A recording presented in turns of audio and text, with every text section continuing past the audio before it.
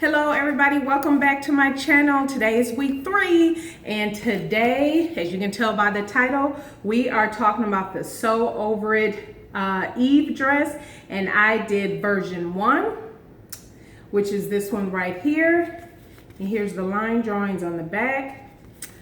I am very excited about this. I did do a twirl, which I'll upload that video, but just so you can see how it looks. I am so excited. So let's tune in to today's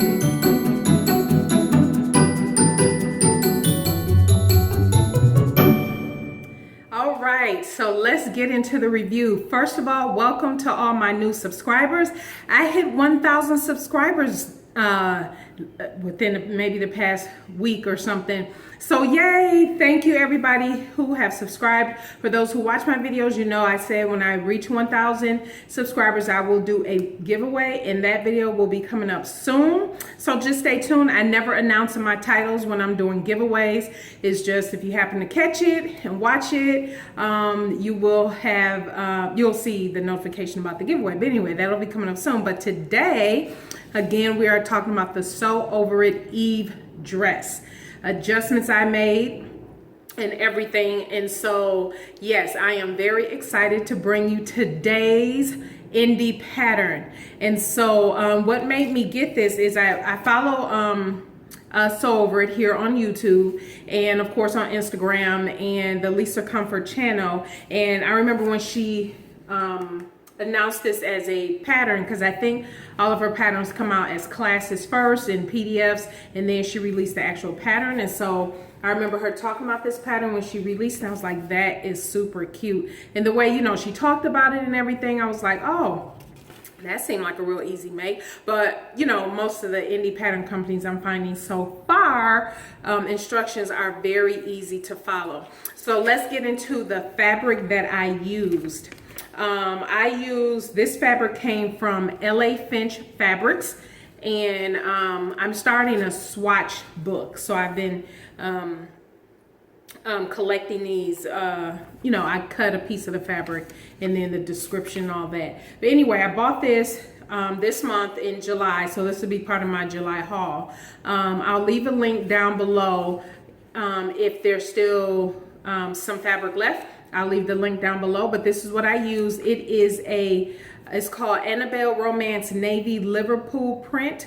It is a 60-inch width, 96% polyester and 4% spandex, 70% horizontal stretch and 25% vertical stretch.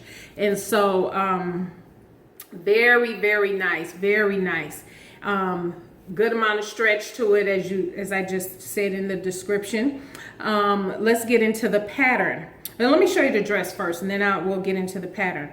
So the funny thing is, do not laugh, but once I finished the dress, I had no idea how to put it on, because I was thinking, have I ever owned a wrap dress before? Because I'm looking at, you know, where the ties went, and I was thinking, now how do you wrap this thing around you?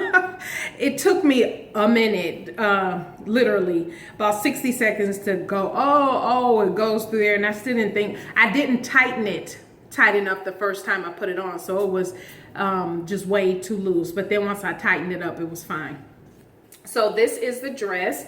And like I said, I'll show video. What I can tell you I absolutely loved about this week's pattern: no darts, no zippers, no buttons, none of that. The only gathering there was, and to me you can rarely see it, but see that little gather at the shoulder, and this is the yoke part, so it's between the yoke, the front and back shoulder seams, this yoke, and you have that little bit, just ever so slightly, of a gather there. That's it so far as level of complication. And I added the bias binding. It does call for stay tape. I did put the stay tape around the entire front as the directions call. But with knit, if you've been watching me, you know I'm kind of adverse now to turning over knit and sewing it. So I've been using bias binding for my insides. So that's how I finished it off. I'll turn it inside out shortly, but let me just show you the bottom so you can see fully bias bind the bottom as well of the dress. So everything is bias bind. So the seams, I should say. Let me show you the inside. Even the inside of the sleeve. See, here's the sleeve. I even did the bias binding there. But let me start getting into the review while I'm talking. I absolutely love that the directions call for you to finish off all the seams either by a zigzag stitch or overlock. And so because I do have a serger, I went ahead and overlocked all the seams. So here's how the inside look. Very nice and clean, very nice and clean where the ties go. Everything is just nice and clean on the inside. Everything. Now, I will say I used, my bias binding was 3 yards a pack. I used 3 packs and a little bit of a 4th one because everything, I decided to use bias binding tape on everything. So on all the edges. So look at that. So overlocked everything on the inside. So that is the dress. And like I said, I will start popping up some pictures and you'll see a video here that I wore this to church today. And so yeah, absolutely beautiful. So let me get into the review. I have my notes.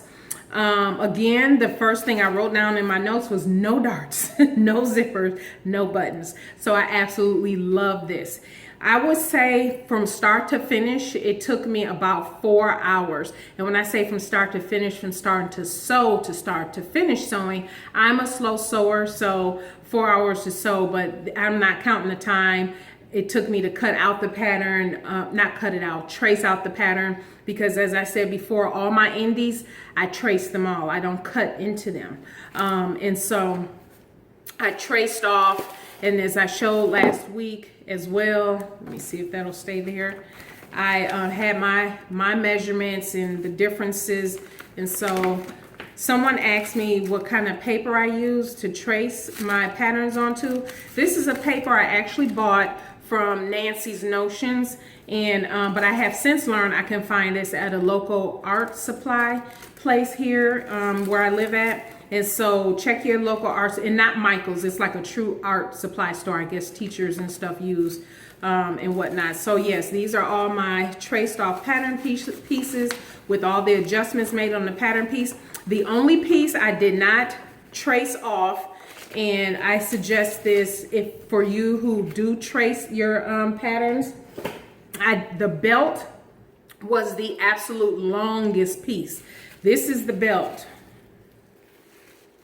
the ties that go around. Look how long this is.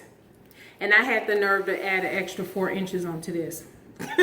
So I did not trace this off. That would have been a waste of time for me, in my opinion. Instead, what I used was interfacing, a lightweight fusible interfacing, and I just interfaced this entire pattern piece. I know I'll use it over and over, but it makes it nice and sturdy. You know, sticking pins in it didn't, you know, it makes it nice and sturdy. Don't have to worry about it ripping or tearing, you know, or anything like that. As long as you're not rough with your pattern pieces or anything like that. That is my one suggestion, at least for this piece. Don't, you know, trace it off. Just fuse it with some interfacing and you are good to go. So that's the only piece I did not trace off. I did cut it. And even because it goes up to a size 20, even if I go down, as I go down in size, it's easy just to turn it over, keep turning it over, you know. So yeah, much easier. All right. The second thing is, I already talked about how we finish off the seams with a zigzag or overlock, and I chose to overlock mine. And I already talked about, instead of turning up the hems as the pattern calls for, I chose to do the bias binding tape. And I told you I used 3 packs of the bias binding, and 3 and a little bit of a 4th one, which was a lot. And then right when I was finishing, I had wrote this note down. I ran out of thread, and I'm looking at my spool rack, and I figured, because I was using navy blue thread, I was figuring, okay, either I got enough thread or I'm gonna use black, because I only have a little bit left, but I had enough navy blue thread. Oh, so far as the belt, now the pattern doesn't, you know, suggest this, but obviously these are very long.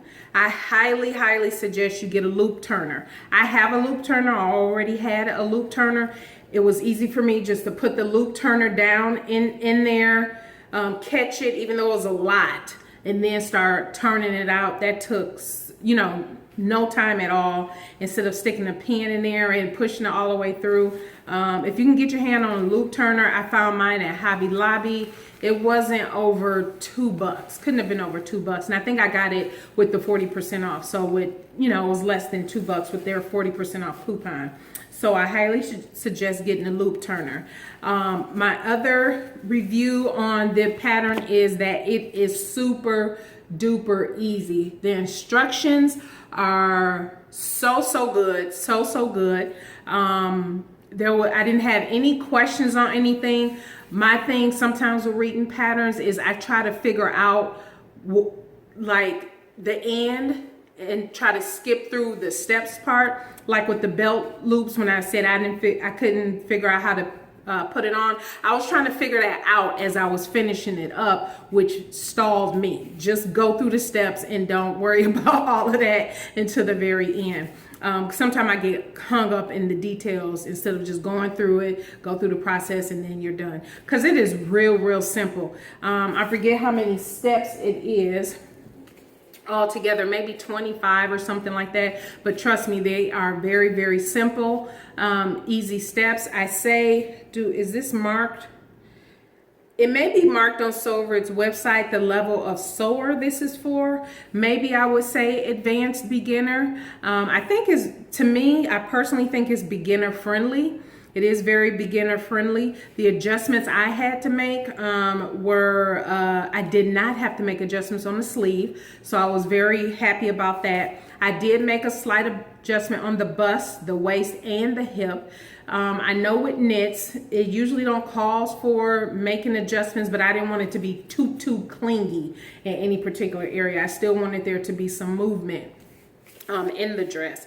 And so so I did still make my typical adjustments, which weren't bad at all. The fabric that I used was absolutely phenomenal. This has I've never used this type of print before. It says it's a Liverpool print, and it says it has many names in the fabric industry, such as textured polyester, interlock double knit, textured double knit. So yeah, I've never used this type of knit before, but oh, it has a nice hand. It's so soft. It sews up beautifully. You know how with some knits, maybe it's more with ITY, it tends to roll if you tug on it a little too hard, or it rolls on the edges. This didn't do that at all. And today is hot. It's another 100-degree day, so I did wear this out today, and I felt comfortable in it. I didn't feel sweltering or anything in it. So yeah, I absolutely love this.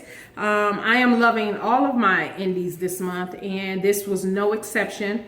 I will be making it again. I figure I want a solid. So I have a print. I'm thinking I want this in a black for sure, because I do not have a black dress at all. It'll be nice to have a black dress, and I'll probably do my bias binding in a pop of color, maybe some bright pink or something, I don't know. But I know I want it in probably a blue. I can see this in a red. Yeah, I can see many more of these. And this is the other thing I absolutely love about doing any adjustments on my patterns. the adjustments are already made. The only thing I would need to do is just recheck as I'm losing weight. If I lost any in the bust, if I lost any waist and hip, it's just taking that down just a little bit. That's all. I don't have to recut out everything, trace everything all over. It's all done. So this is one of those that's easy to put back on the table and sew her up again. But I think the next one is going to be a solid color. I can even see this in a chocolate. Ooh, a chocolate. Ooh, chocolate, chocolate, chocolate. I can see that chocolate on my skin. Yes, that would look absolutely beautiful. So anyway, that is my review. Thank you everybody for tuning in every week. Thank you so much for the compliments. Thank you so much for the suggestions. This is halfway through. I have one more to go, so I'm excited what I'm bringing to you next week to round out the month of July, and then I'll bring you a July roundup of everything that I made when I do my makes video, which, you know, I won't do a full makes video because you're seeing everything every week. But let me just put this out there. I will be doing a vote in that video, that roundup video. I'll do a vote because I am willing to do, I was asked about it, and I'm willing to do a sew with me, one of the 4 indie pattern companies for the month. The only one I wouldn't do it for is the Hollyburn skirt, because there is an awesome Hollyburn skirt tutorial already out there. But anyway, we'll talk about that more in the roundup after we see next week's make that I will be bringing you from another indie pattern company that I'm so excited about. So if you have any questions, let me know what you think. Go ahead and thumbs up. Go ahead and subscribe if you haven't already. And yeah, and I'm excited to tell you what's coming up next after this indie pattern month, all month long for the month of July. So all right, everybody, leave your comments below. Don't forget to subscribe and thumbs up this video if you like the dress.